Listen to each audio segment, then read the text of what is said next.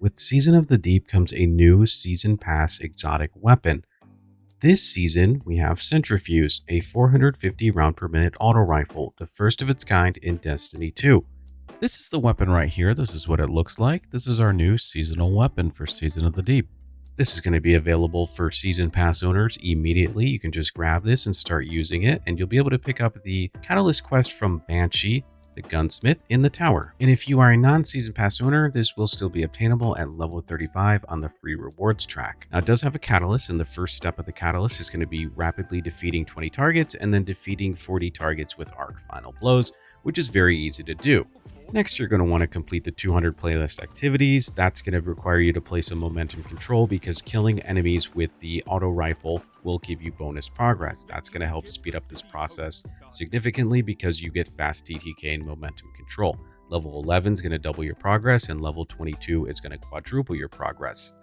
Once that's all done, head back to the gunsmith and collect your crispy catalyst for the Centrifuse.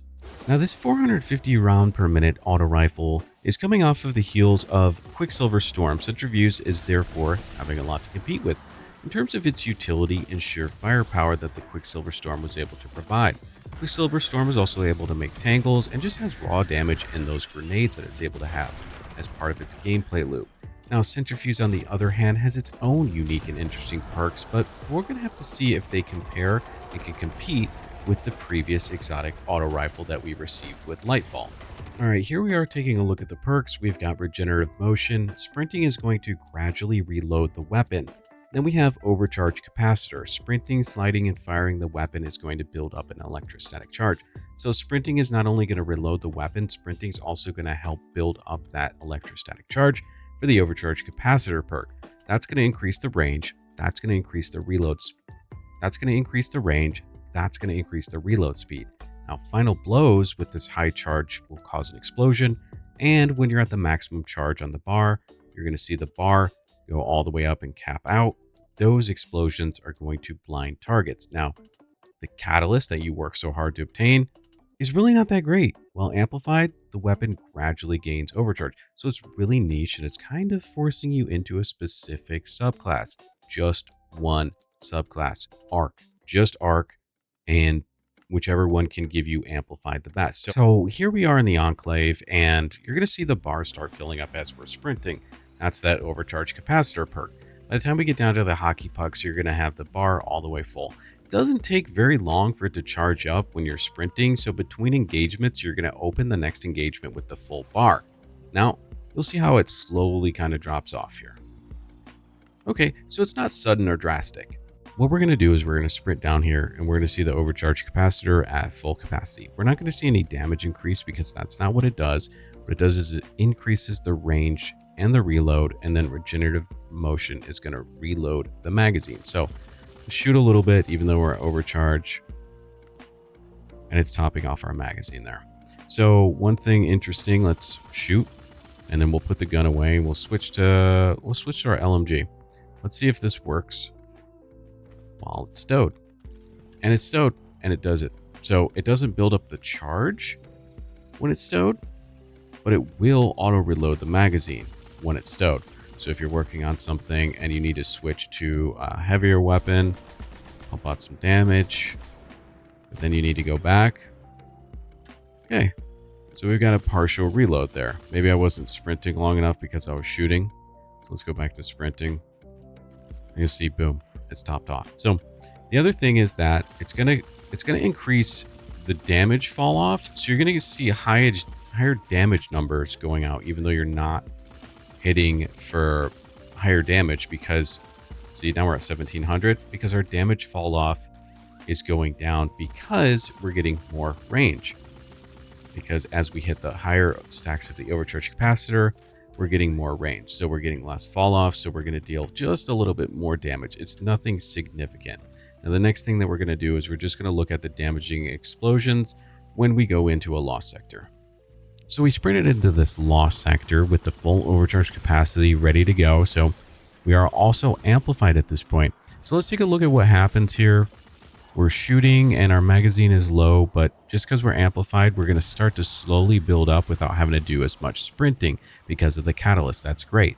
Now, the other thing is that it's kind of like a dragonfly explosion you'll see there, but it's nothing too crazy, and it seems like the blinding effect isn't that big of a radius, so it feels kind of weak on the blinding. So to begin looking at the comparisons between whether or not this is going to be good just for this season or whether it's going to be good overall as an exotic, I wanted to put together a scientific test of a sort, and that is using no mods that have anything to do with Arc 3.0. You see how my artifact, all I'm using is ones that help the arc weapon cost of arc surges, and then one for melee on build crafting, but I don't feel like those count because those don't actually alter any of my subclass verbs specifically. They don't extend my amplify, they don't provide more damage resistance in my super, or more outgoing damage for the super as well. There's going to be an overlay over the video so you know that this means that I'm using no artifact mods, so that way you're not able to confuse the two different parts of the video. This is going to be a montage, a highlight of some of the best parts of my runs with using no artifact mods. Now, I want to start talking about my initial reaction to this exotic. I felt that this is not good. I felt that we're lacking strong primary exotic options. Even with a lot of the changes within the last year to exotic primaries, it still feels like the same 4 to 5 are the only ones worth using much. You've got things like Wish Ender. It's just no nonsense. It does what it does, and it's not much to it, but to just use the gun and feel its power as an exotic. Then we have things like Le Monarch, and it got improved with its catalyst, with Unrelenting. Then it got improved even more once it got Overload intrinsically added as a part of its kit. Revision 0 is another good one. It took some time and some adjustments to get to where it's at, but it's really good at what it does now. We've got Osteostriga, which is amazing, Vex Mythoclast, which is very unique, and Vergla Curve, our first Stasis exotic bow. Vergla, even though it's now that Stasis synergizes on its own with champions, it was an amazing overload bow, and now it's still going to be useful on its own. So on paper, seeing Centrifuse, it was very disappointing. It seemed like a gimmick gun, which requires you to sprint around in high-end content just to keep its charge and get the magazine reloaded, even though a manual reload is just as fast, if not faster, than what you can achieve through the Regenerative Motion perk. So that's kind of my initial thoughts on it, but I started using it and I realized it does fit so well with Arc 3.0, almost more so than many of the other ones. It's kind of a just put it on and don't think about it sort of gun, and I really like that about the gun. My biggest complaint is that it doesn't have anti-champion properties intrinsic into it, and then the other one being that the catalyst is pigeonholing you into whichever Arc 3.0 subclass can remain amplified most often, most effectively, and the easiest. So that's sort of my concern there, because it's not a uni subclass style exotic like Osteostriga, like Le Monarch. Yes, it pairs more efficiently on Void 3.0, but this one is one that's just going to be used on only Arc, because really it doesn't work that well on other ones.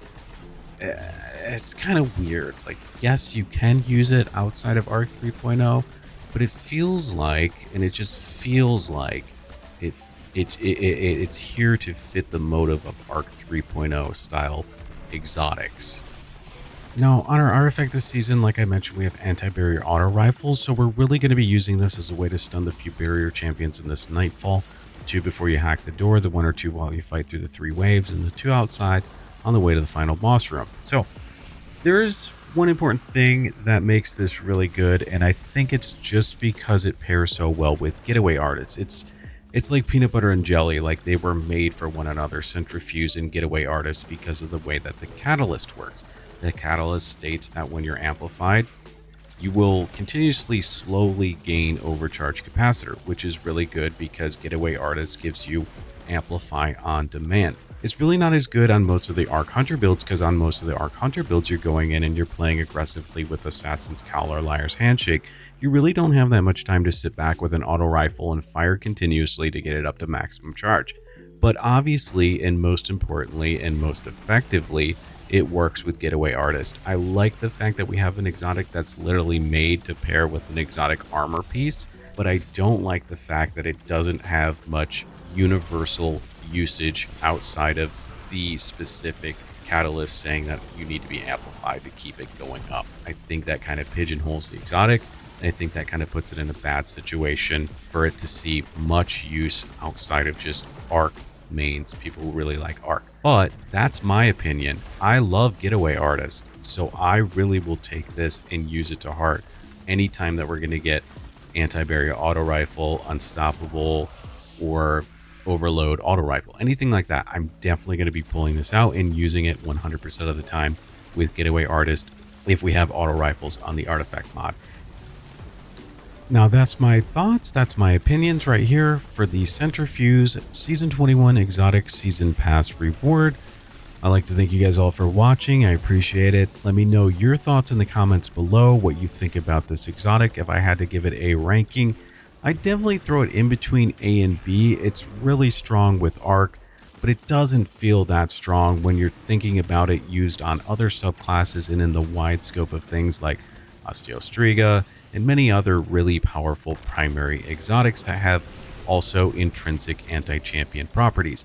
But that's going to be it for me, guys. Thank you guys all so much for watching. I appreciate everyone who's tuning in, subscribed, liking, and commenting. Thank you guys all. Have a wonderful day. Peace.